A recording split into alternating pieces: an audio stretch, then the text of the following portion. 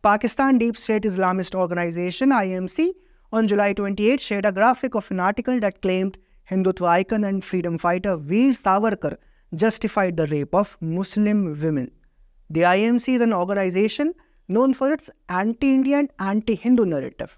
It was recently active in protest against Indian PM Narendra Modi during his state visit to the US. Hello and welcome to the Pamphlet. The IAMC tweet shared a graphic of a newspaper with an article titled as Reading Savarkar, How a Hindutva Icon Justified the Idea of Rape as a Political Tool. We Google searched and found a 2016 article of propaganda portal Scroll with the same headline. The article begins with decades before the sexual assault of women during the 2002 Gujarat and 2013 Muzaffarnagar riots, Hindutva propounder Veer Savarkar justified rape as a legitimate political tool. The writer Ajaz Ashraf justified his statement by referencing some paragraphs from a book written by Veer Savarkar. According to Google Books, 6 Glorious Epochs of Indian History is a learning experience which covers the period of Muslim invasions in India and brave retaliation by the natives. Under the subhead, Rape as a Political Tool, the writer claims that it is in the paradigm of ethics that Savarkar mooted the idea of rape as a political tool. Let me quote the next line. He articulated it as a wish through a question: what if Hindu kings who occasionally defeated their Muslim counterparts had also raped their women? The Scroll article further goes to quote Savarkar as the latter talks about how Muslims from sultan to soldier abducted Hindu women, even married ladies of Hindu royal families and notables. Next, the article writer is highly critical of Savarkar for harsh words on Muslim women. Savarkar had written in his book that no Muslim woman, whether a begum or a beggar, ever protested against the atrocities committed by their male compatriots. On the contrary, they encouraged them to do so and honored them for it. The article quotes specific portions of Savarkar's book to conclude that Savarkar justified the rape of Muslim women. But what is the truth? Let's delve deeper into the book of Savarkar to understand. The book named 6 Glorious Epochs of Indian History talks about 6 periods of Indian history. The epoch in which we are interested is the 5th one, in which Savarkar talks about the Muslim invasions and the Maratha Empire. In chapter 8, Savarkar talks about how Hindu values have done more harm to them instead of Muslims.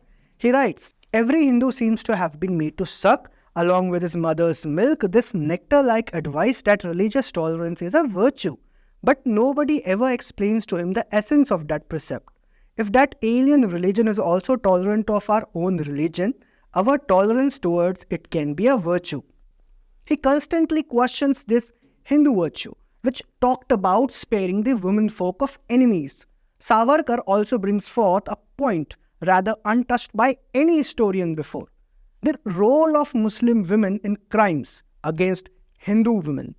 He accuses how historically Muslim women never opposed the violence by Muslim men against the Hindu women and actually encouraged it.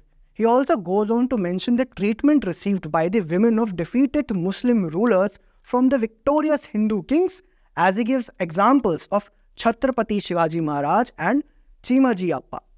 He fervently questions the Hindu chivalry to Muslim women, as he argues that the latter never received any punishment for their wrongdoings and complicity in the violence against Hindu women.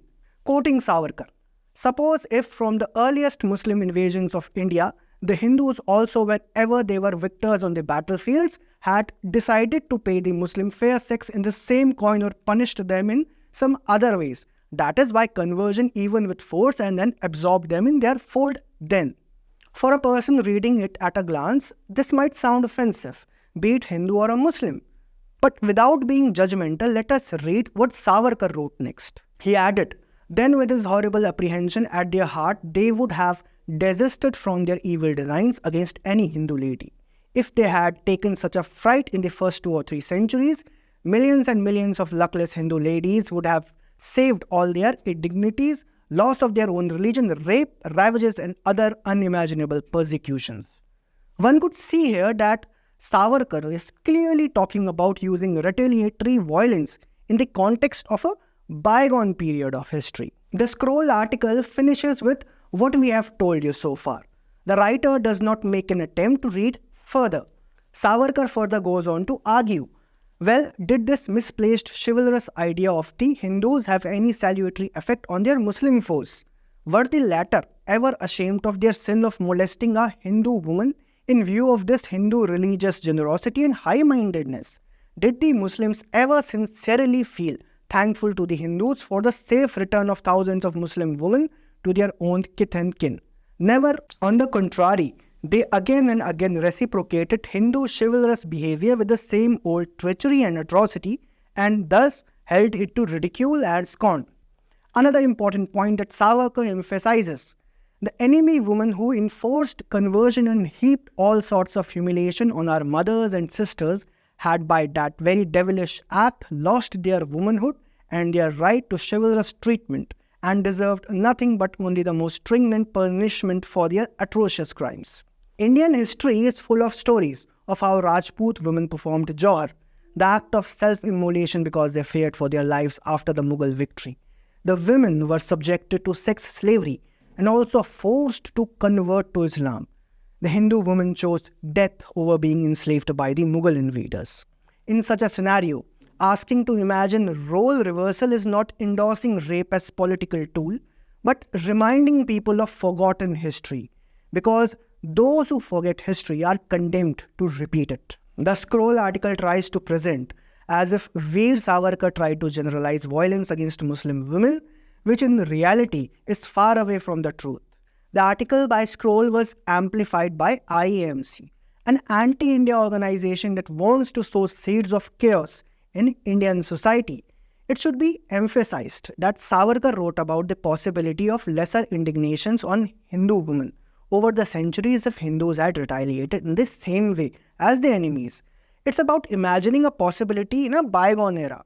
His words were turned by the news portal as sermonizing the Hindu community to commit rapes against the women of a particular community without even properly explaining the context on why he imagined such a possibility. If you like this video, kindly subscribe our channel and do not forget to follow us on Facebook, Twitter and Instagram.